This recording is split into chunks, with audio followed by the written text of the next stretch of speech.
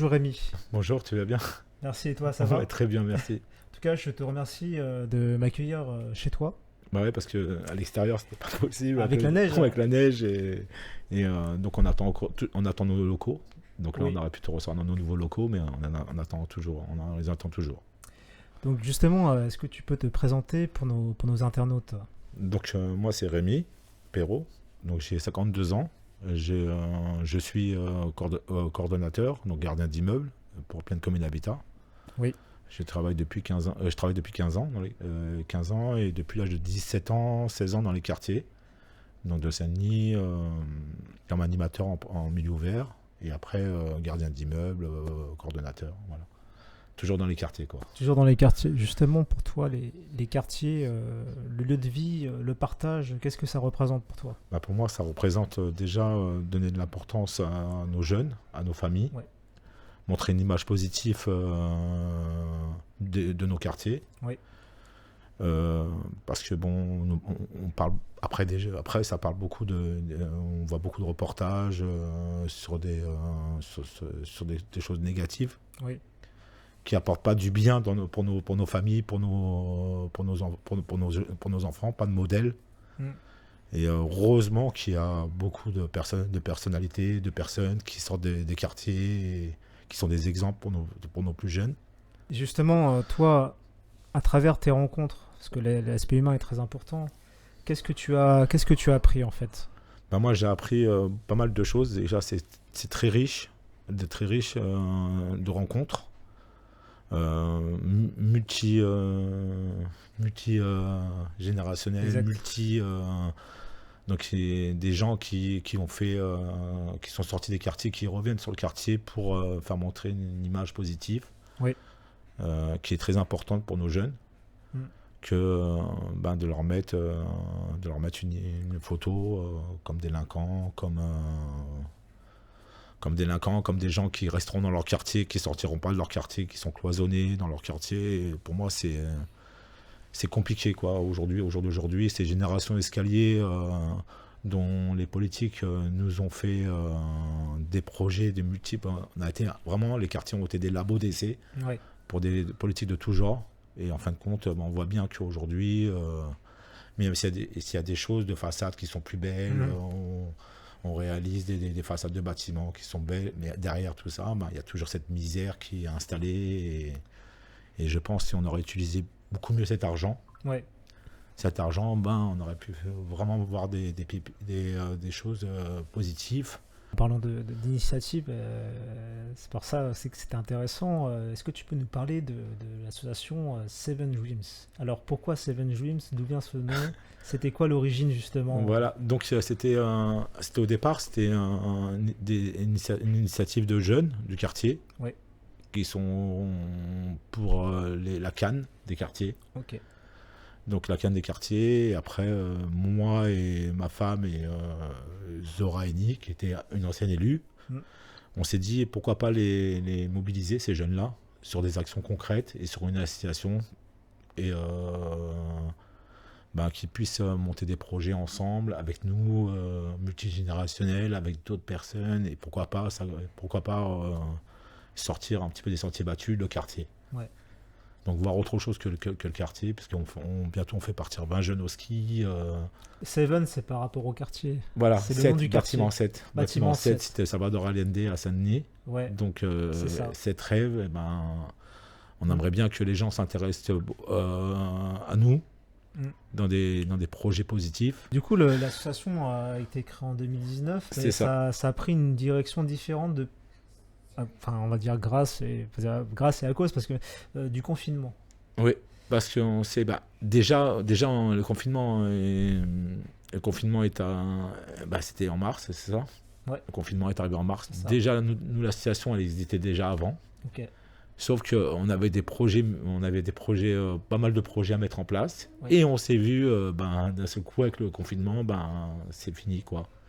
Donc on s'est dit qu'est-ce qu'on va faire, qu'est-ce qu'on va pouvoir mettre en place pour le quartier, pour la ville. Et un jour, j'ai reçu un coup de téléphone de personnes qui travaillent au marché de Saint-Denis, qui vendaient des légumes. Et donc, comme les marchés étaient fermés, m'a dit tiens, j'ai pas mal de produits si tu veux. Donc je suis parti avec ma voiture. Ok. On a chargé la voiture à deux. On Ouais. a chargé. On a mis les cagettes sur le coffre de la voiture, sur le toit de la voiture. D'accord. Et on a commencé à appeler des gens pour qu'ils viennent chercher des fruits et des légumes. D'accord. Et après, on s'est dit, tiens, on va s'organiser. C'est un projet à mettre en place. Et on va s'organiser. Donc là, de là, est née la distribution alimentaire qui a fait pas mal de distributions. Au début, je crois, c'était 400 colis. Après, ça a terminé à 2000 colis. C'est Après, ça énorme. s'est terminé 2000 colis alimentaires, plus Ouais. tous les quartiers de Saint-Denis, plus d'autres villes aussi qui venaient. Et des échanges, et des échanges de dons aussi avec d'autres villes, d'autres quartiers. Un boule de neige après. Voilà, boule de neige. Et on voit l'implication de nos jeunes, on voit l'implication de nos jeunes à travers la solidarité. Est-ce que toi, justement, ça t'a encore plus rassuré de voir tout ça? Ça t'a donné encore plus d'énergie de dire, merde, finalement, je suis dans la bonne direction et ça m'a encore plus donné envie de faire des nouvelles choses. Ce que tu m'as dit tout à l'heure, là, tu as des nouveaux projets, là. Vous Oui. avez des nouveaux projets, justement. Bah, Ça vous a boosté encore Voilà, plus, quoi. nous, c'est cette solidarité. Ouais. Donc ces bénévoles qui étaient, on a même dû fermer nos portes parce qu'on avait tellement de demandes de bénévoles, Ouais. donc de bénévoles, donc on a dû fermer les portes, mais en même temps on a ouvert une porte à ces bénévoles en leur disant il y a d'autres projets à mettre en place. Ouais. Donc il y a d'autres projets à mettre en place après le confinement, pendant le confinement. Et donc on aura besoin de vous. Ça leur a donné une importance parce que des projets qui vont arriver sont nés de nos bénévoles. Ouais. d'Allende d'ici, mais d'autres quartiers, d'autres villes. Et Donc, justement, c'est quoi tes nouveaux projets? Qu'est-ce que vous comptez faire en fait? nos nouveaux projets, nous, c'est déjà faire voir d'autres horizons aux gens du quartier, D'accord.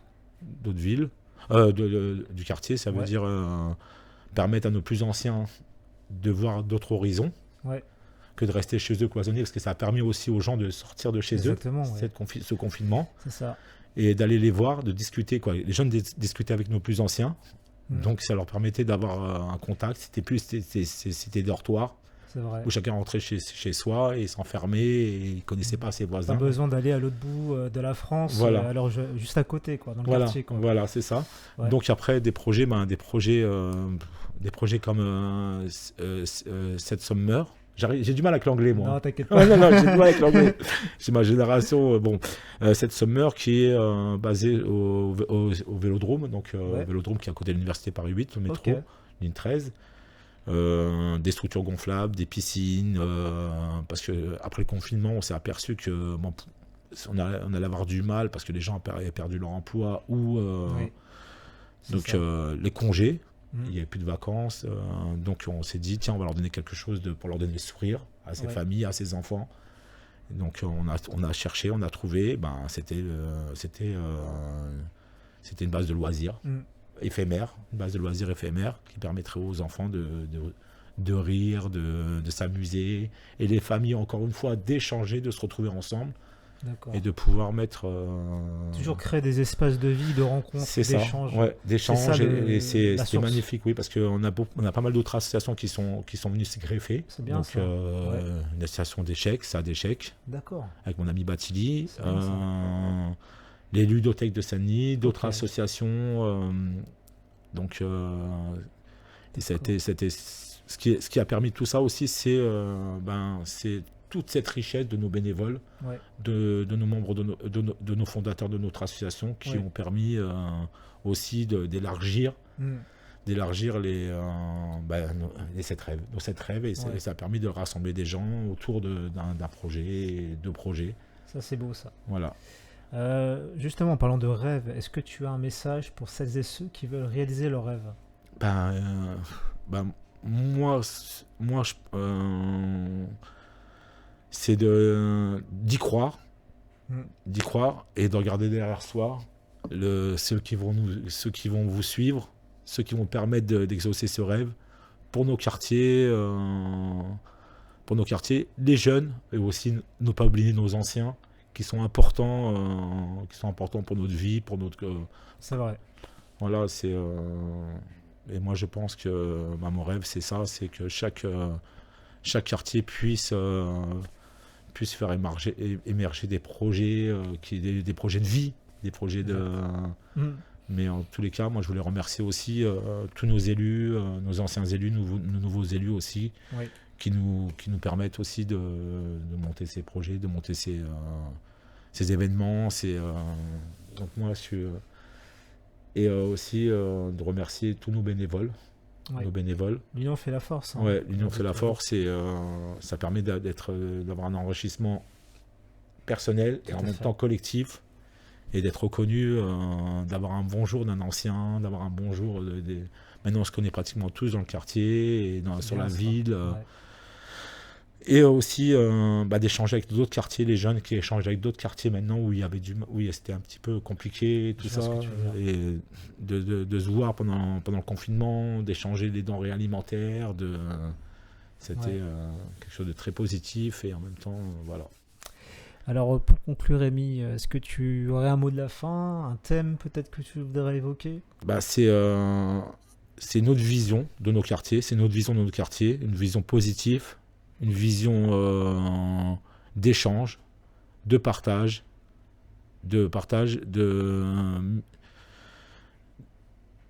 voilà quoi, d'échange, de partage. Et j'allais dire autre chose, c'est ce truc-là que je ne veux pas qu'on oublie, c'est ce multigénérationnel. Ouais.